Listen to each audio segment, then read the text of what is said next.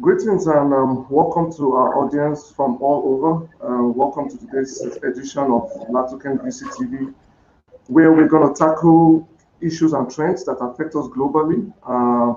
We also use this platform to connect entrepreneurs to startups. We connect entrepreneurs and startups to investors that come on this panel. And I will encourage you, if you're a startup looking for funding anywhere in the world, you can reach me or members of the Latoken VCTV team to arrange a pitching session. These meetings hold 4 times a day and 5 days a week, and you are welcome to join in at any time to these sessions. So today we have a very interesting topic that affects all of us, whether in developed or in developing side of the world. We'll be talking on waste management and recycling, critical issues that affect us in our day-to-day lives.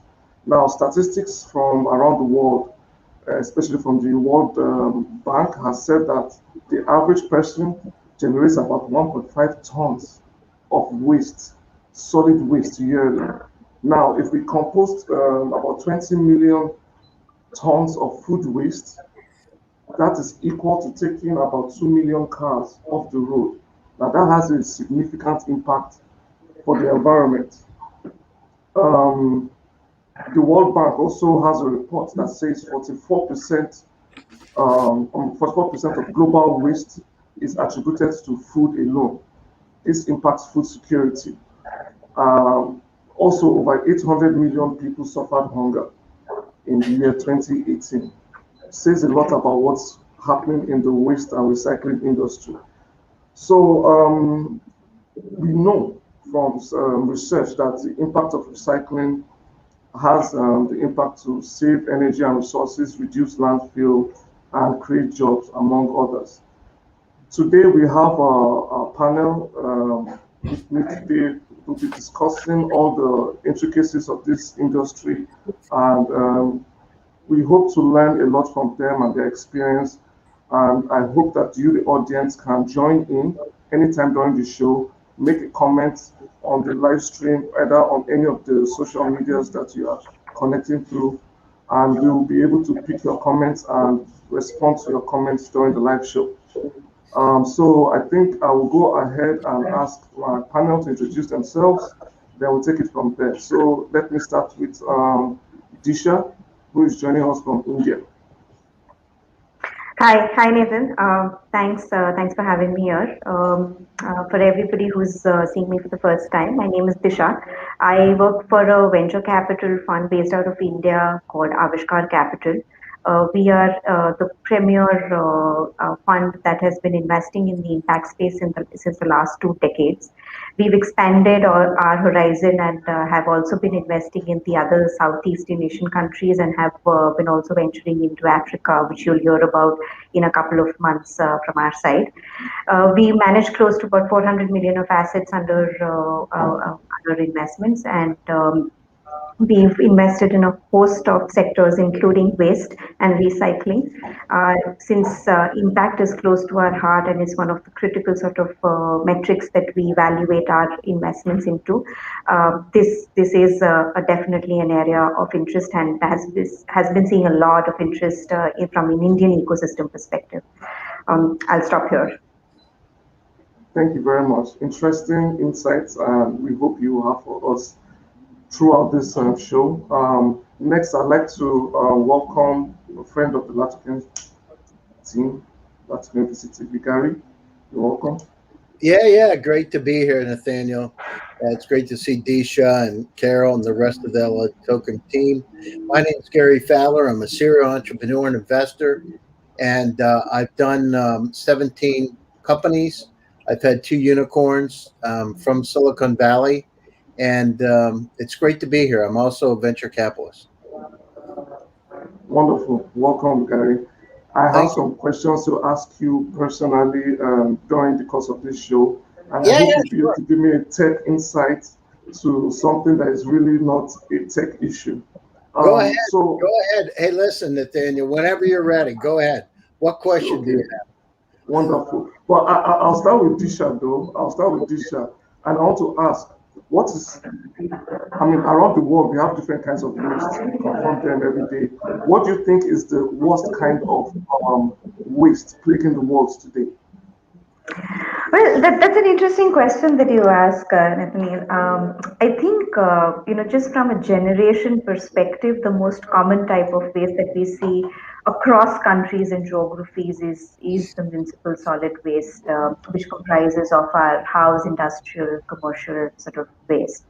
However, in the last few months, we've gotten to see a different kind of a problem, which was not that evident, which was the hazardous or the biomedical waste, owing to this entire pandemic and the PPE kits and all the protective gear and medication items that were sort of used, and how to use and dispose them effectively.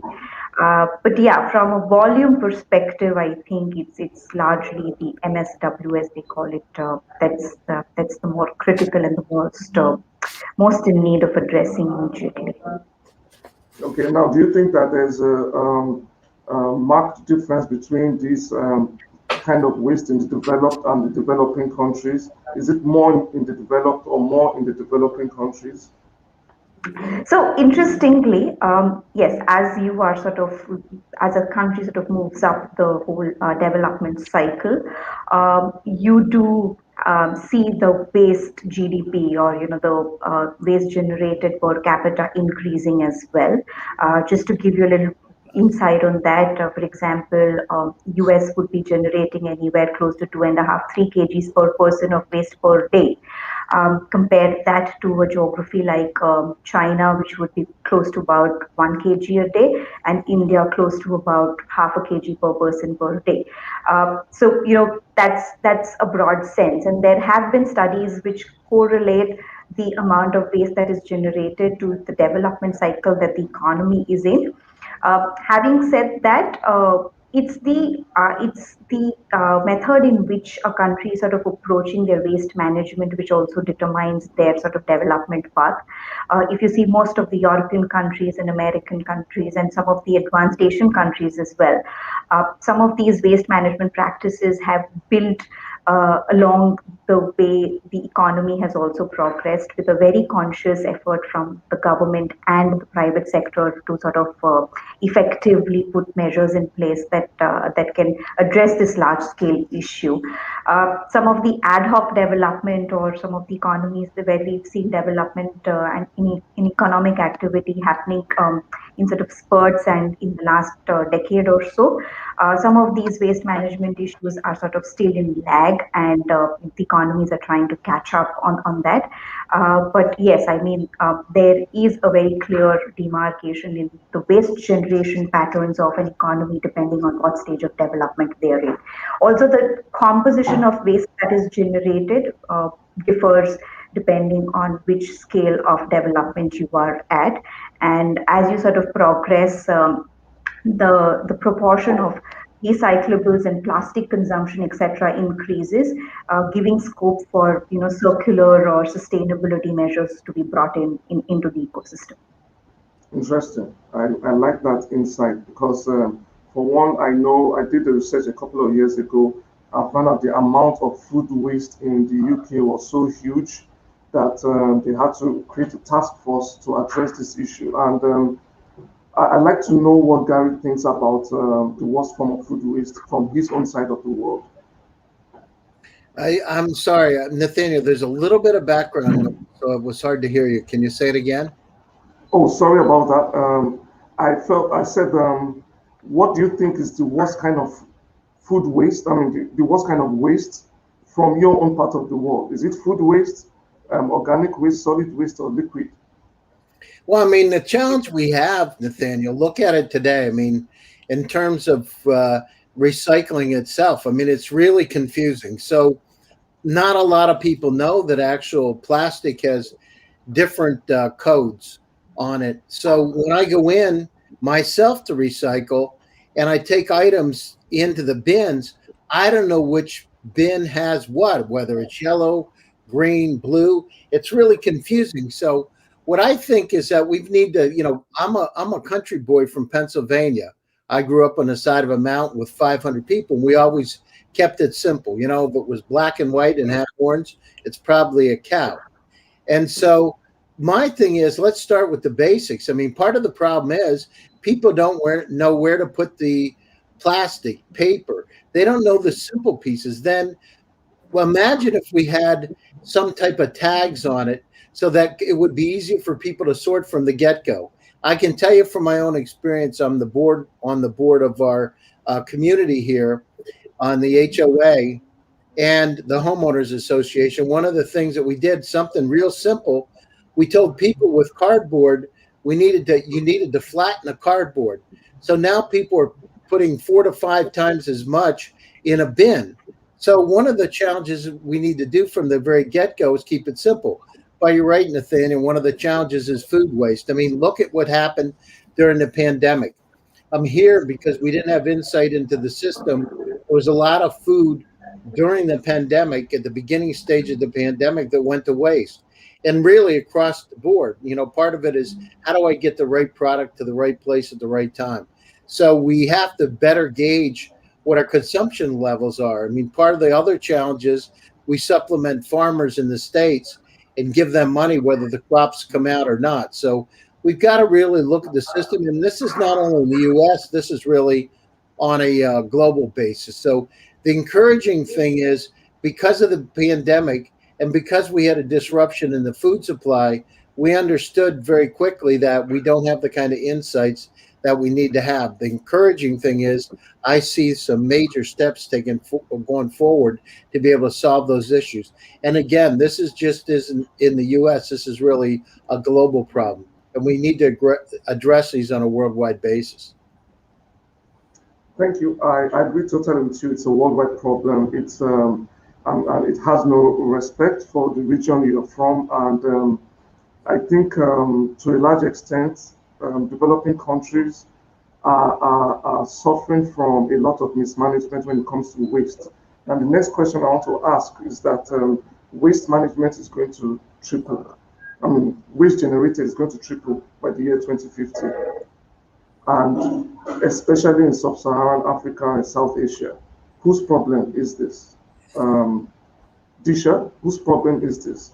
I mean, if we have that amount of waste, how do we deal?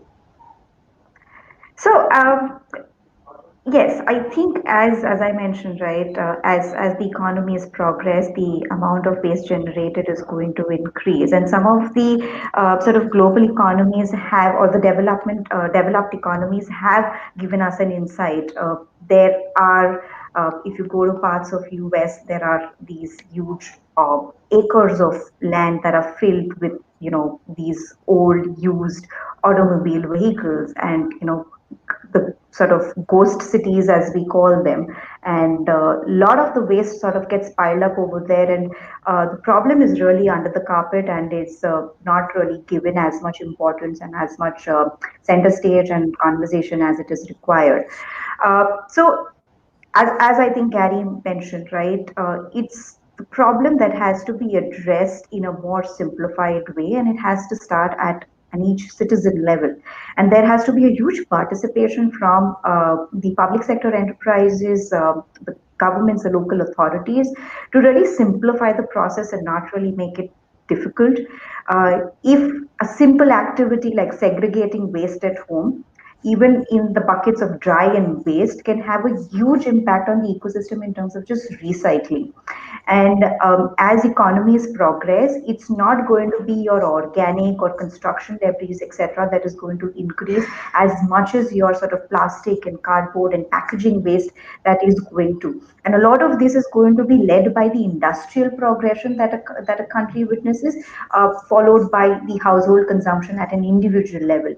And hence, very simple sort of techniques of identifying what kind of waste, laying down sort of processes for take backs, implementing the policies at the level of brands. For example, there is something called EPR, which is a production responsibility that is laid on the brands that are actually using the packaging material to take back that quantum of waste. Now, this is a very prevalent practice in some of the other countries. In some of the developing countries, this is something that is coming up as a government policy, and hence the entire pressure on the ecosystem and the brand managers to sort of ensure that the amount of waste that they generated is what they tackle responsibly. And if you actually approach the problem systematically, Nathaniel, I think there is a solution that is out there. In terms of technology, I think a lot of our systems and manufacturers and recyclers have, in fact, created processes that can help recycle even the most complicated of the plastic polymers and help put in place a circular sort of economy. The challenge is, how do you set it sort of rolling through the entire ecosystem, and as you said, the buck stops here, right? It's us that who have to really start doing it and put it in practice. So that's where this is going to be. Excellent. You made it clear that there's a responsibility by individuals, and there's a responsibility for government to install the right policies in place. Now, I want to ask you, Disha, what about private capital? Is there any role they can play in the midst of accelerating the waste management process in any region? As any sort of large problem presents itself as an opportunity, and I think waste is a of the geography that you are residing in. Large problems cannot be solved manually. There has to be a role of technology, and thankfully, because of the age that we live in, there has been a lot of effort and progress on this front. We can take examples from Europe, we can take examples from America, we can also take example from some places in China, and now India is catching up as well. Technology is being used at a breakthrough speed in this space and applied, be it in terms of material science, which is in terms of recycling complex polymers and making them part of the circular chain, or even in terms of just simple sort of blockchain technologies in the supply chain, because as you can understand, waste management and collection and the circularity around it is a complex challenge which sort of goes through multiple levels. It starts at an individual, it goes to so many aggregators to then reach the end recycler or the material processor. And hence, blockchain, I think, as a technology has a lot of scope in this space. Given that, and that this is a large problem, of course, there is a role for the government to play, but there is a scope and an immense scope for private capital to also participate in this journey. Today, we've been seeing all kinds of startups in India and in Africa as well that have been trying to make some progress in use technology and trying to really create scalable and innovative business models in an age-old problem of waste management and waste collection, which has always been tackled in the most traditional ways, and there is scope for immense disruption in this space.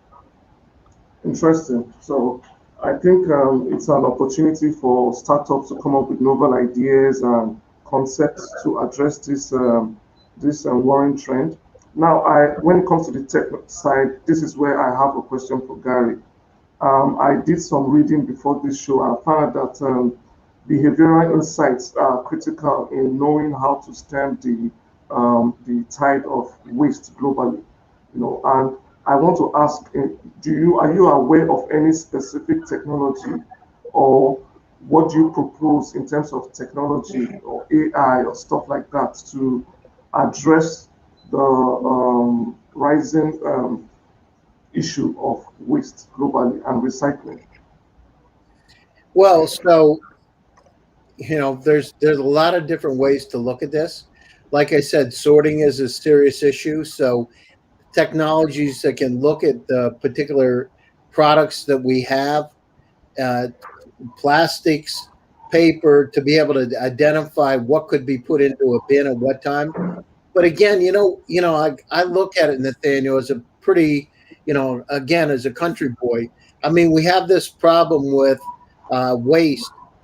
We used to, in the States, we used to have glass bottles for pop or soda, and people used to take it back and get a couple of cents, 5 cents for a bottle. So people would always collect them and take them in. So if we're going to truly develop a circular economy, we got to make it easier and smoother and be able to reward folks for taking it back. Yes, people get rewarded for plastic, but I know when the bottles existed, it was a lot easier. So the technology in terms of waste, I mean, we do have a serious problem. The population of the world has quadrupled since over the last 100 years, and it's forecasted to be 13.1 billion by the end of this century.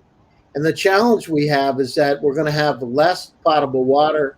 We need to make sure that we aren't polluting. And it's not just about waste and in a typical sense. Think about mines, think about cadmium, think about industrial waste, think about pesticides. There's a lot of different, areas where there's runoff and pollution that's coming from all this waste that we have today, mercury. So what we have to do is we got to holistically look at this problem and say, number one is, again, keep it simple, the circular economy and making sure that what we have goes back in. And I know the challenge that we talked about with the cars in the States. I mean, there's a problem with cars. The one side of it, people want the junkyards, if you will, because they get their spare parts. I just rebuilt a car myself, and most of the parts came from junkyards to be able to rebuild the car. So on one side of it, we need to be able to process those cars properly. On the other side of it, we need to dispose of them properly. The problem is one person's junk and waste is another person's diamonds. So there's the technology that we have using things like computer vision, making the process a lot simpler with robotics involved. It's happening. It's happening slowly but surely. But the other thing is we got to get the word out before it's too late. And I know in the States, for a long time, we didn't focus on waste. In terms of a circular economy, we talked about just disposing. Now the situation is we understand we need to make our world a better place and not pollute it. We need to find ways to be able to continue to have a circular economy to get to the point where we have, near zero waste. So it's something we need to strive for. It's something we need to have the technology to be able to support. Like I said, robotics, computer vision, all kinds of different technologies to be able to break, whether they're biodegradable, et cetera. But now the situation is not an opportunity that is maybe we should do it. It's something that we have to do. We need to take care of this planet. We see how over the last year, it's the first time we've been able to see the Himalayas in the last 30 years. So we understand we can make an impact, but we need to do it sooner and later. Another part of it is education. People don't know what they don't know. We need to educate people on how to be able to take care of the waste in a more effective and efficient manner. And if we need to reward people for doing that, then so be it. Excellent. Gary, it reminds me of a project in Nigeria where women are encouraged to collect plastic bottles, and they gather them and they submit them. There are some schools that collect plastic bottles as part payment for school fees for their students. And it encourages that. When I saw that initiative, it was just great for me because what happens is that you see all these bottles clog the drainages, clog the gutters, create flooding when there's rain and all that. But now see these women going to these gutters, pack these bottles, pack them in big heaps, and then take them to the schools. Now, obviously, these schools probably have some industry that they sell these things to produce them and recycle them into some other goods and services. And to me, that is a noble idea. And I wish the same could be done for paper, for example, plastic, other plastic products and stuff around the world. Now, this is happening in Africa and this is happening on an individual basis. Obviously, like you said, it has to be a simple solution, not a really complex thing. What role, or do you think the government especially has a role to support these individuals in this regard and support businesses to really go into this recycling thing? Because obviously the government alone cannot handle the scope of this challenge. So, Gary, do you think that there is significant government role to play, or we're just looking at individuals and businessmen? Well, I mean, the government's role is to educate and to allow people to understand what the ramifications of their actions are going to be. But in order to make this thing really effective, Nathaniel, what we got to do is we got to reward people. I'm encouraged when you tell me about the plastic bottles in Nigeria. I'm encouraged when I hear about these things in the States. But again, it's like, keep it simple. I mean, I can't even tell in the bins, and I live in a, nice place. I don't even know myself. It's like I see cardboard here, I see plastic there, and I'm at the Polo Club. It's crazy. And it's like I'm having to figure out which bin I'm supposed to put it in, because it's confusing sometimes, because I'll see paper in one and I think they moved it. So, I mean, to keep it simple, plastics go here, a sign, paper goes there, right? And so we got to make it simple. We got to go back to the basics. I'm fully supportive of a circular economy. The more biodegradable products we have, the more this planet, listen, this is like a spaceship, right? Earth is spaceship, flying around the solar system, flying around the universe, flying around the galaxy. And the thing is, we got so many resources, and that's it. I mean, people don't get it. I mean, it ain't going to regrow itself. We need to take care of it. And the more people on the planet, the more waste there's going to be. We got to figure this out. We can't be going down through and polluting our oceans any more than we have, things like mercury. I know when I grew up as a kid, it was terrible. We had coal mines in my area. It polluted the river so bad there were no fish, right? None. And then what happens is we ended up picking it up. I remember scuba diving many, many years ago when I was in high school. I went scuba diving in the river, and I couldn't believe it. There's nothing in there. Nothing. It was vacant. And then finally things started to come back, because what they did is they cracked down and started to fine people for polluting, right?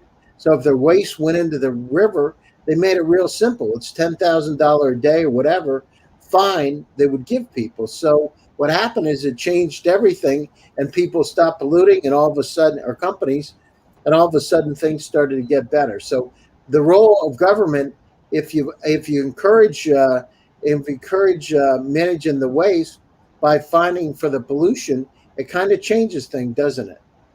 Yeah, definitely. I think you are spot on with that. The government cannot stand aside and just let individuals make these decisions on their own. They have to encourage, they have to empower where they can.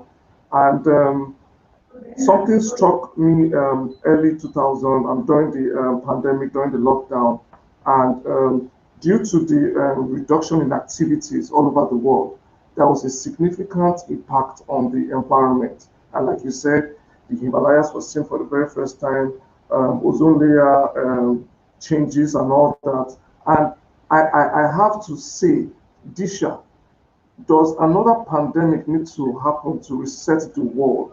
And now, I'm trying to keep it simple.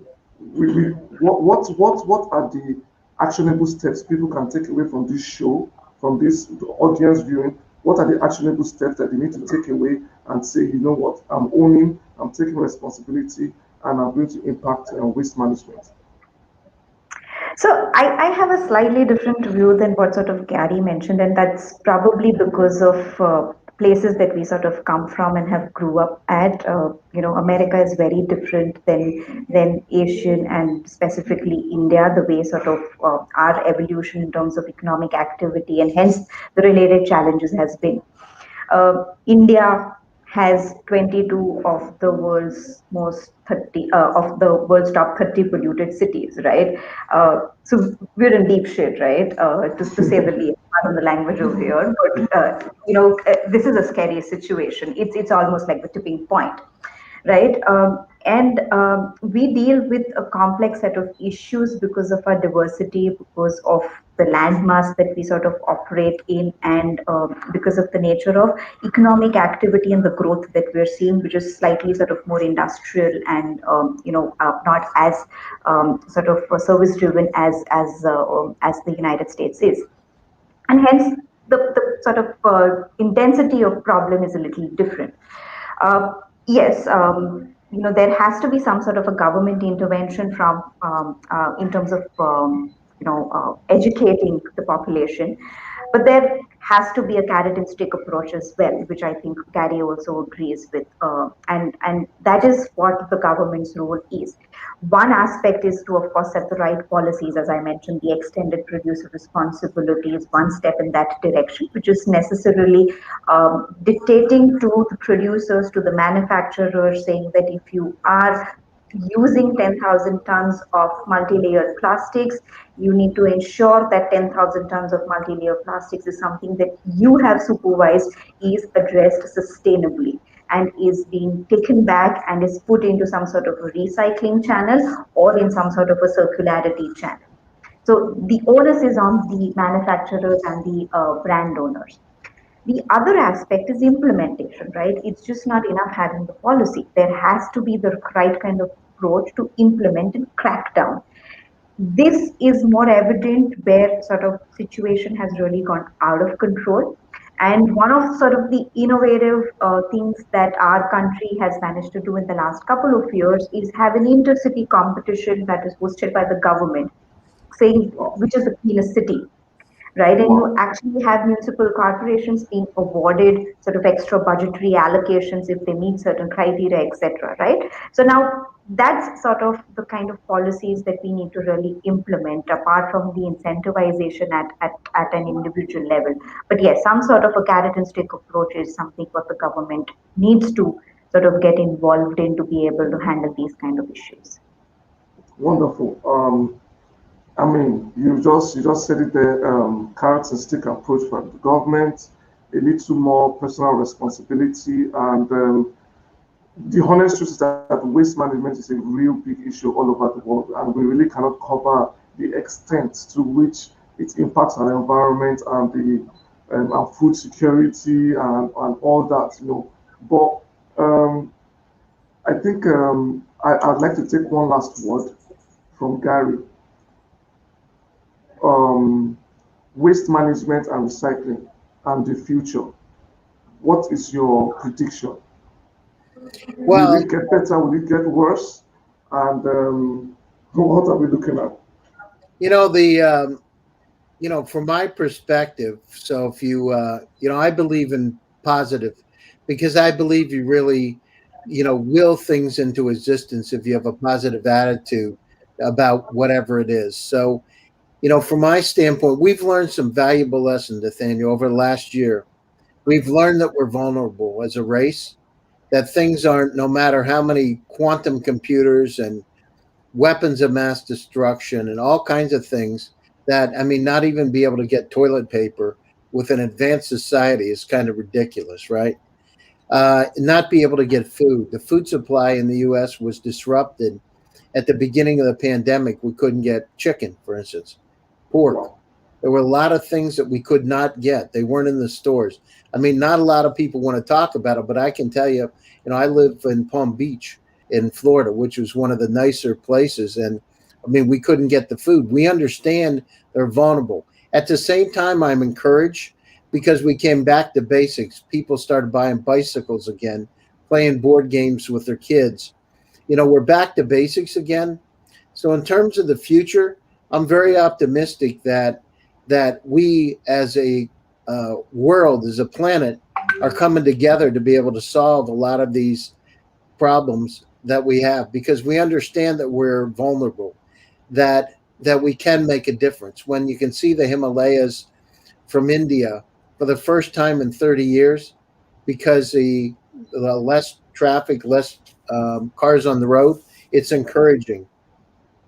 We do need to do a whole lot more by having things like electric vehicles, by not using fossil fuels to pollute less. We control our destiny. We're the ones that are either course correct or continue to pollute. So we've got to encourage people, and not driven just by money, but the carrot and the stick approach is great. And understand that education is of paramount importance. We got to let people know what kind of impact they can have as an individual, what kind of impact they can have a company, what kind of impact they can have in a country to make this world a better place.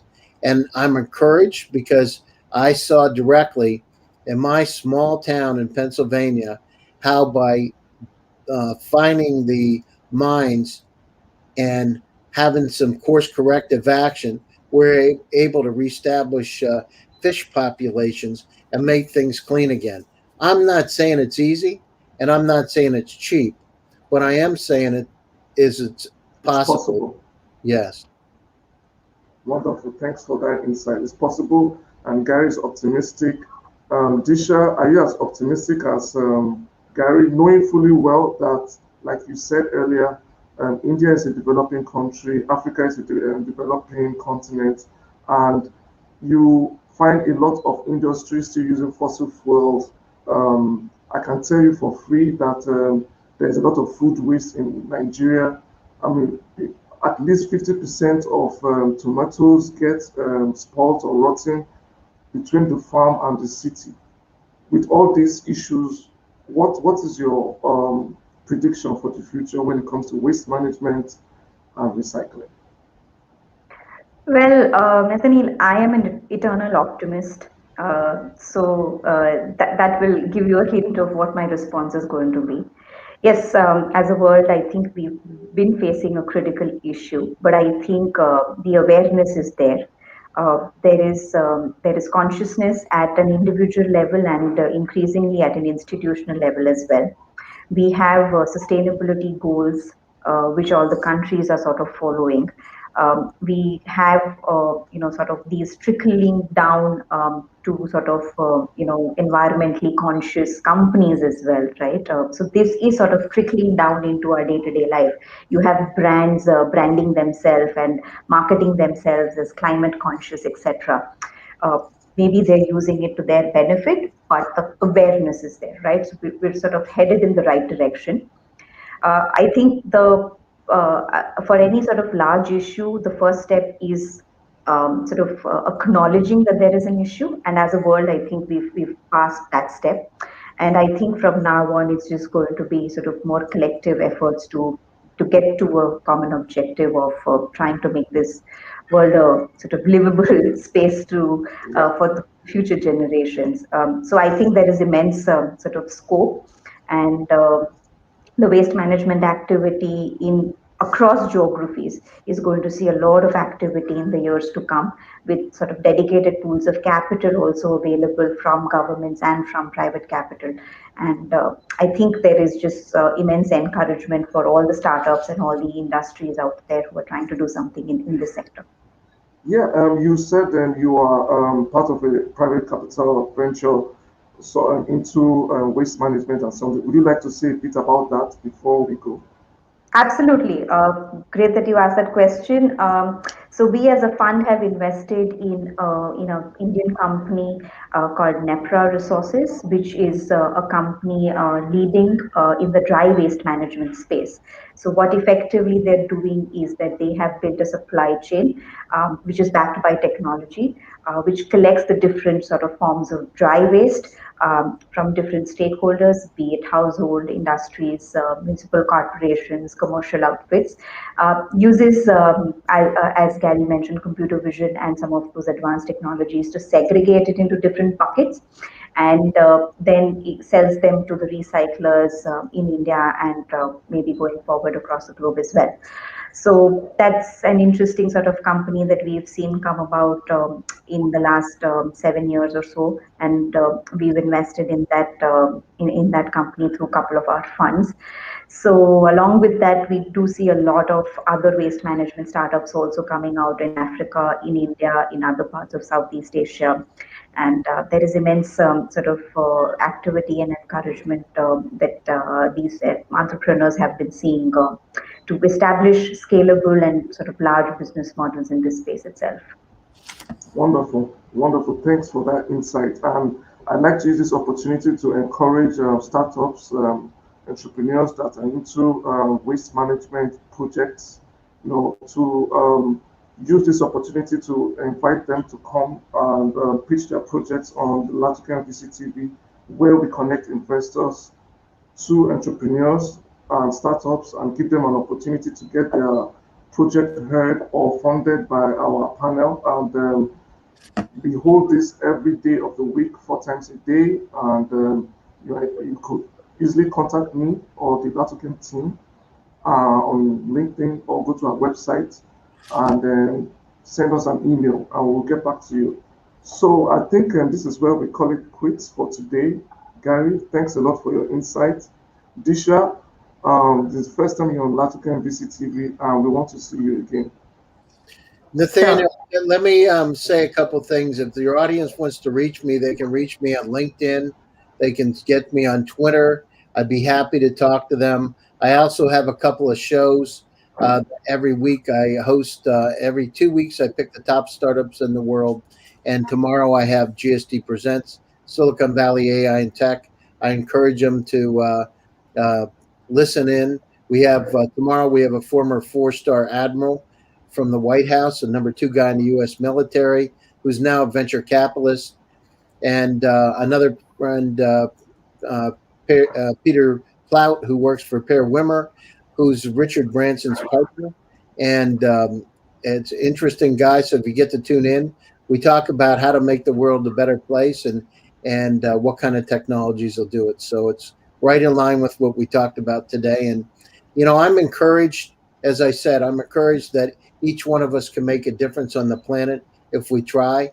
It takes one person to make a difference, but it's a matter of trying. So let's go get them. Let's make this world a better place.